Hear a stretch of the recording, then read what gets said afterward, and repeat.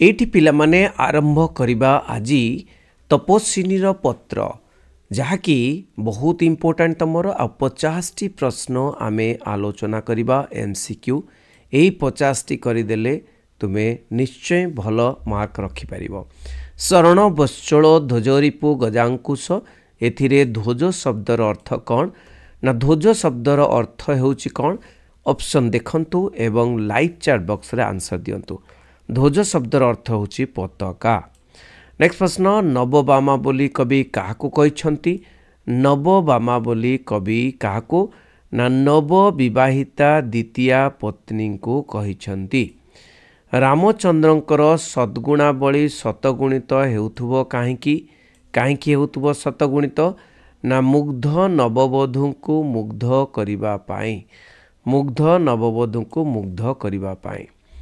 अच्छा तापसक अशांति नाशक बोली काहाकू कुआ जायछि तापसक अशांति नाशक किए ना श्री रामचंद्र को कुआ जायछि तापसक अशांति नाशक।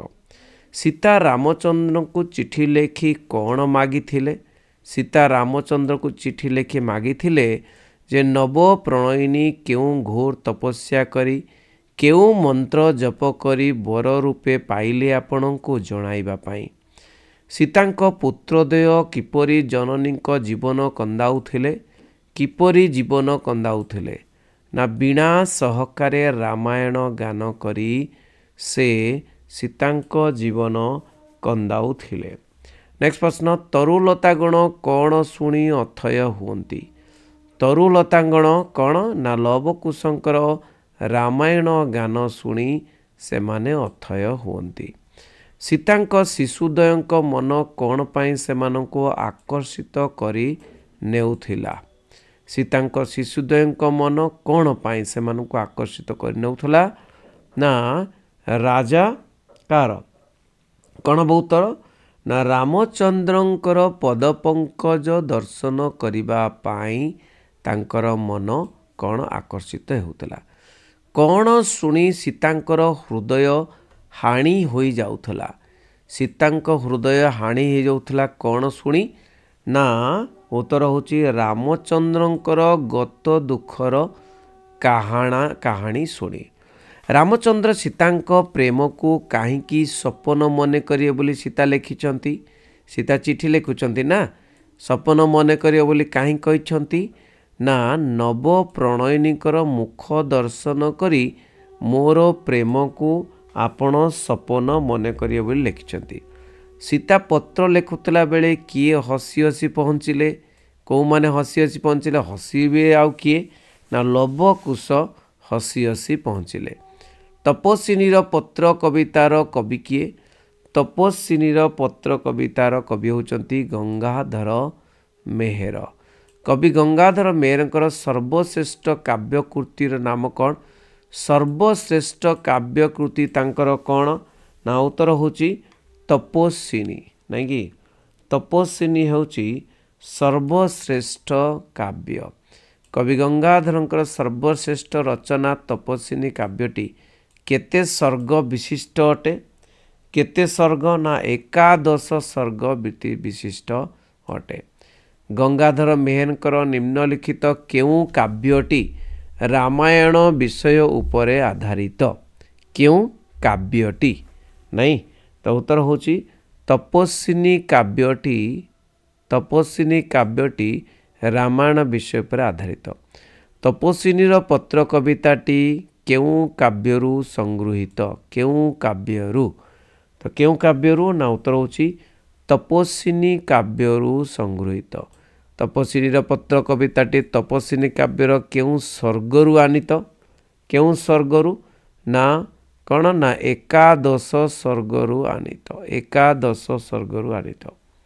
तपस्विनीर पत्र कवितारे काहाकू तपस्विनी रूपे चित्रित कराइछि काहाकू ना सीता को तपस्विनी रूपे चित्रित करा जाइछि। सीता केउ संस्कृतिर जड़े प्रतिप्राणा नारी थिले से होचंती केउ संस्कृतिर ना आर्य संस्कृतिर प्रतिप्राणा नारी थिले। निर्वासित सीता केउ ऋषि आश्रम रे आश्रय नहीं थिले केउ ऋषि ना निर्वासित से वाल्मीकि ऋषि आश्रम रे आश्रय नहीं थिले। वाल्मीकि आश्रम रे सीता केउ वंशर भावी वंशधर को जन्म देइथिले? केउ वंशर ना उत्तर होची सूर्य वंशर भावी वंशधर को जन्म देइथिले।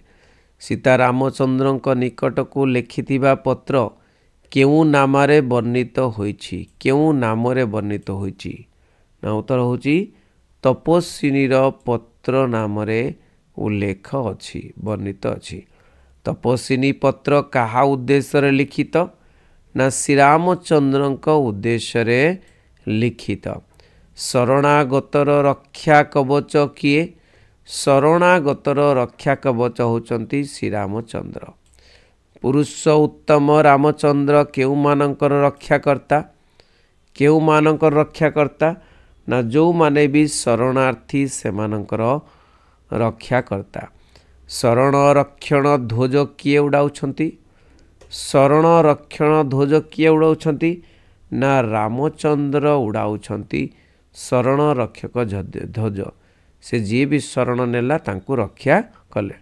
मनीषर शत्रु रूपे कवि काहाकू कहिछंती? मनीषर शत्रु हेउची कौन? ना रिपु होची मनीषर शत्रु। रिपु को कौन कहती? शत्रु। रिपु रूपक गजंकु अंकुश किए दिए? ना अंकुश किए? ना से होचंती श्री रामचंद्र। गज को नियंत्रण रे किए रखी थाए? गज को नियंत्रण रे किए रखी थाए? अंकुश रखी थाए। किए रखी थाए? अंकुश। रिपु को कवि कहा सहित तुलना करछंती? रिपु को कवि गज सहित तुलना करछंती। दुखर पर्वत पाई किए वज्र सदृश? से होचंती श्री रामचंद्र कौन? ना वज्र सदृश। कौन? वज्र सदृश। दुख रूपक गिरिर वज्र बोली रामचंद्र को केउ माने विचार करती? केउ माने? ना विदुष माने बा विज्ञ माने विचार करती। राजराजेश्वर कहा को कुआ जाइछि? राजा राजेश्वर किए? ना श्री रामचंद्र हेउचंती राजा राजेश्वर। नेक्स्ट प्रश्न, पद पद्म द्वंद्वे एहार अर्थ कौन? अर्थ होची पाद पद्म पाद जुगल रे। पद्म पाद जुगल रे प्रणिपात करछंती से। दिन भिकारुणी सीता कहा पद्म पादरे दूररू थाई बंदन करिछंती? कहा पद्म पादरे? ना राजा राजेश्वर रामंक पद्म पादरे।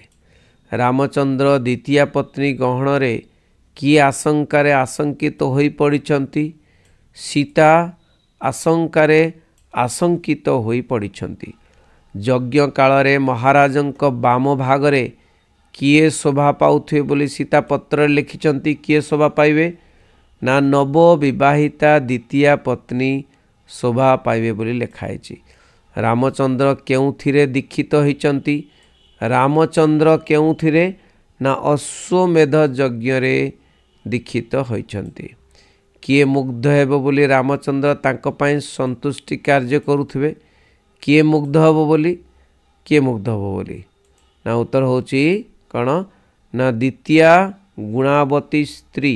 नहीं कि द्वितीय गुणावती स्त्री एटा होची कल्पना मात्र। से सुखी हेबे बोली, संतुष्ट हेबे बोली।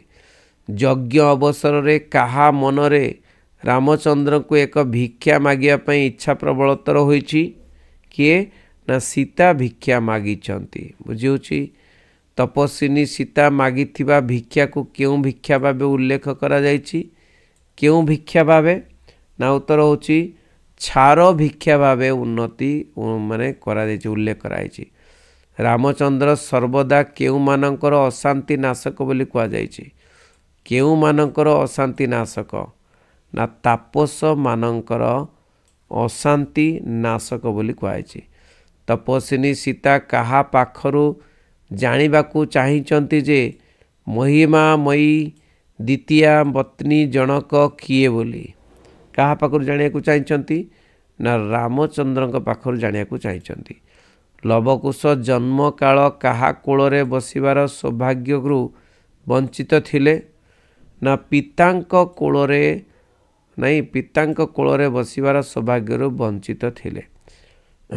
वाल्मीकि विरचित रामायण को केउ माने बिना जिणा कंठरे माँ को पाखरे गान करिछंती से माने होचंती किए ना लवकुश।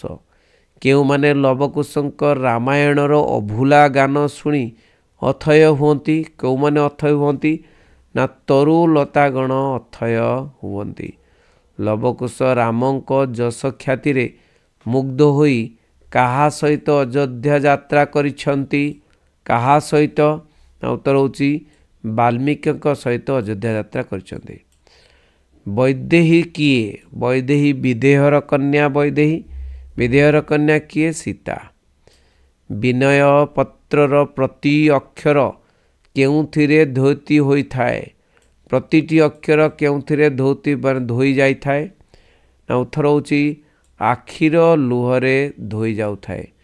तपस्विनी काव्यर अंतस्वर केउ रसरे भाराक्रांत ना करुण रसरे भाराक्रांत। कौ रसरे करुण रसरे। पिला माने 50टी प्रश्न आलोचना कली नहीं कि यही माराथन हुए तेणु आमे अधिक समय पर्यंत माराथन चलिबो किंतु ये जो 50टी प्रश्न मन रखिबो चैप्टर वाइज चलीछि समस्त शेयर करिवो नुआ करिथिले निहाती सब्सक्राइब करिवो सांग मानकु आनी जोड़िवो।